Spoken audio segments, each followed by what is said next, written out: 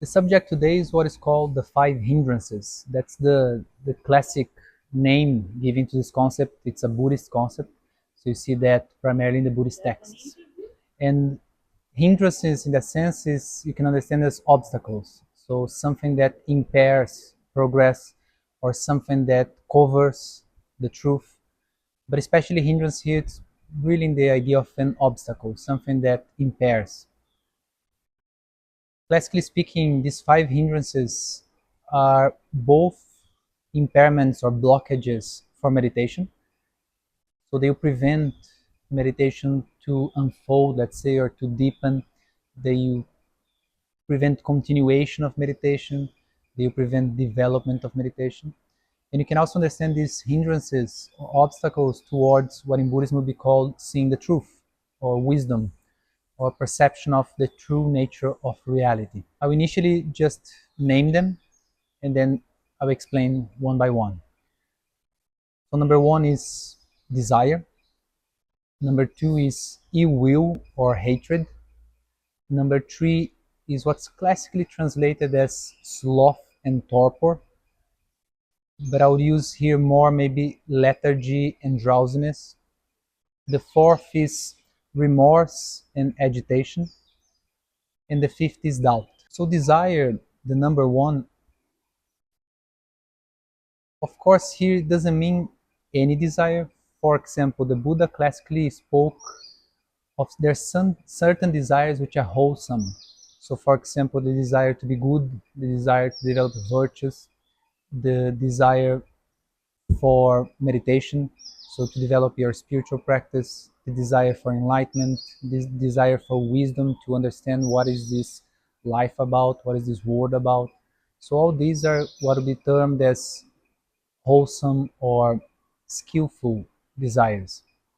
So when the Buddha here puts desire as a hindrance, it's more related to, let's say, during meditation time, the mind keeps wandering to things that you enjoy thinking about, things that you like to do, things that you like to remember, things that like to imagine that will happen. So desire here is in the sense of more close to what would be addiction.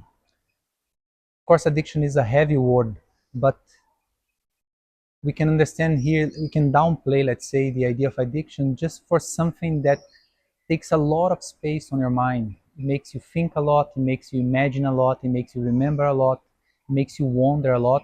And all these processes, what they do cause in your experiences, they take you out of the sense of presence, they take you out of the present moment, which is, of course, one of the hallmarks, one of the at least initial goals of the development of meditation. Having likes and dislikes was not against Buddhism. The Buddha, of course, he had certain modes or certain things to do or certain ways of being that he preferred. So having preferences is not precisely wrong, but having attachment to preferences, then it can be a problem. So we can say that here desire is connected when things become an attachment. You cannot live without them. You cannot have a 20 minutes of meditation practice without thinking about those things. The challenge of desire is, of course, that it feels positive, it feels nice. It's tricky then to convince ourselves not to think about those things because it's stimulating. So the Buddha has said, for example, that desire is of little harm, at least on the outlook of it. It's like it's okay. Our society is actually built, especially modern society, in marketing, like creating desire. So it feels like it's of little harm. But what the Buddha said is that it's very hard to overcome. So it's kind of a strong enemy in disguise. It feels okay, it feels even friendly, but precisely because of this positive connotation, it's very complicated to eradicate. The second of these five hindrances, so what prevents meditation to unfold, what prevents wisdom or the development of the mind, is ill will or hatred. This is like the twin pair of desire, but the negative one. It ranges from annoyance or irritability up then, of course, to rage or ire, things that will cause destruction.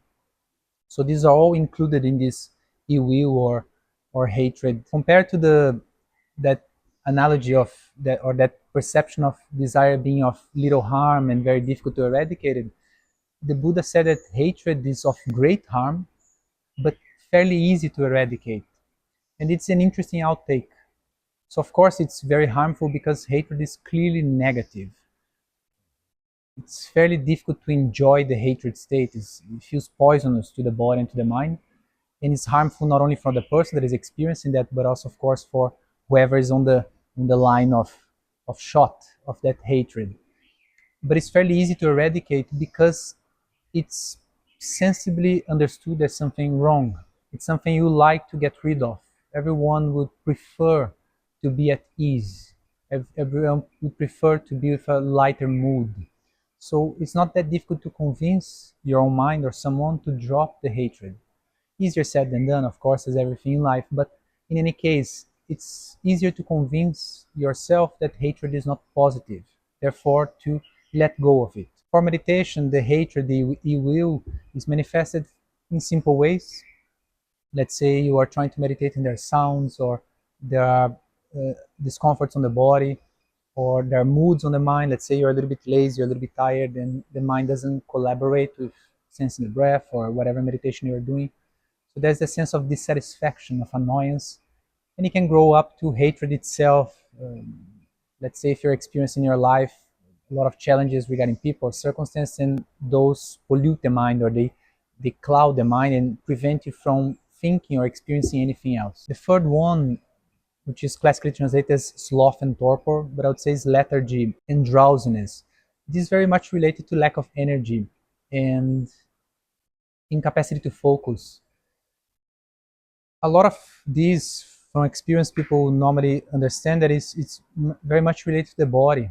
When people experience difficulties with this lethargy in meditation, they're trying to meditate, they're trying to develop their practice, but they'll feel always sleepy, or they just can't focus. A lot of times that's connected with the body. So desire and hatred is something more, let's say, psychological, while this torpor or lethargy is more connected to the body. So in general, you have to investigate lifestyle, exercise, diet, things that will uplift the energy of the body to make you feel more stable, more energetic. The fourth, which is the remorse and agitation, here there's both an aspect of moral conduct. So there's this idea that when our behavior in life is not ideal, it causes a lot of remorse, it causes a lot of overthinking.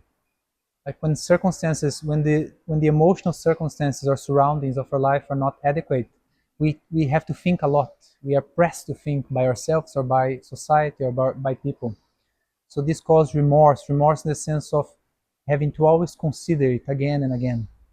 And agitation, again, very much related to social and external contours of life, not just the internal environment, the mental environment. Once more, close to the previous hindrance of sloth and torpor, this hindrance of the agitation can be very much connected to lifestyle. Probably this hindrance is more prevalent, more troublesome in the modern world, in which there's a lot of agitation, and we are used to, and we even kind of got addicted to that as well. So being able to stop, being able to settle, being able to experience stillness becomes more challenging. So this remorse and agitation can be corrected with a more moral living. So you live in a way, in a day-to-day living, that doesn't cause you the necessity to overthink, to reconsider. And lifestyle, having as much as possible a lifestyle that is calmer, more old school, will probably help to diminish it. The fifth is doubt. Doubt here is, a lot of times in meditation, is related, like, is this technique right? Am I doing it right? Should I do more or less? So doubts related to the technique itself, to the practice itself. And sometimes, depending on your, let's say, your seriousness on this path, is doubts relating to the path itself. Like, am I doing this meditation? Is really something special going to happen? Am I going to get enlightened? Is my mind really going to change? Is there really these mysteries to unfold through meditation? This development of wisdom? So these big promises. Sometimes doubt can come to the mind, and it to prevent us to feel stimulated for the practice. A solution for it is, at least in my opinions, is studies. So to continue to nourish the mind, to feed the mind with studies, with information, talking to other practitioners, hopefully people that have more experience than you, so you feel stimulated to get where they are. So I do think that this doubt aspect is difficult to be overcome by oneself. You probably need the help of the tradition, of texts, of other people to give you the sense of stimulation and somewhere to look up to, like a destination. For all these 5 hindrances, the Buddha has used a analogy or an image to correlate with. Now, the first one, the one of desire, he said, is as if imagine the water is like a bowl of water. So the experience of consciousness like water. So in theory, it's clean. It has no smell. It's like pure water, very still, very translucent. The first hindrance of desire is as if you're putting red dye onto the water, so it clouds it with redness, and then you cannot anymore see beyond the surface level. And red has, I think there's a reason for using red. Red has, classically speaking, been used as the color of desire. It's the color of sensuality. So there's this idea that by wanting and by craving for things, we are transforming the mind into this red element, which prevents us from seeing beyond. So you just see the color red. The second one, the hindrance of hatred, is as if it is boiling water. So now the water is full of motion, and it hurts also, it damages. So you're boiling the mind. The third one, of sloth and torpor, is as if that water now has been stagnated and it has weeds and growth and fungus. So like imagine like those green kind of sewage water dumps that it gets blocked and dense. The fourth one, which is the agitation and remorse, is water that is being whipped by wind. So it does not allow it to settle. It's not as obvious as the boiling water, it's not so disturbed, but still it prevents you from having that sense of stillness, that settling, like a calm lake. And the fifth, the one of doubt, is as if you get that water and you place in an environment without any light. Then although the water is present, you can't see it. So it's water placed in darkness. There's no clarity. There's no perspective. The idea is through reflection, practice, life, you reduce the impact or the let's say the common experience of those hindrances in your mind, because they happen to all of us, but you're trying to reduce them. And hopefully in the moments of practice of meditation, you're trying to have times in which they feel as eradicated. So when you look into your mind during the process of meditation, you don't see any of those experiences present. You're not wanting to be somewhere else. You're not with any sense of of ill will or hatred. You definitely are awake. You're not sleepy. You don't feel agitated. You feel very calm. And there's no doubt, because that experience is so strong and obviously true that there is no sense of doubting it. It's obvious that it's happening. And you're trying through meditation to have that experience as often as possible, so that you finally get to know your mind as this kind of a clean environment or a purified environment. So the mind in its essence or in its nature, that is free from these hindrances. And that will be maybe not an enlightened mind, but it will be closer to it. So to nourish even the faith on these pathways that says, well, humans, they have a deeper experience, they have a deeper nature, which is beyond these confusions that we experience in day to day. So these fragments of meditation where the mind is open without these hindrances will give you that light, will give you that experience. So overall, you're expanding your experience of peace, you're extending your experience of freedom.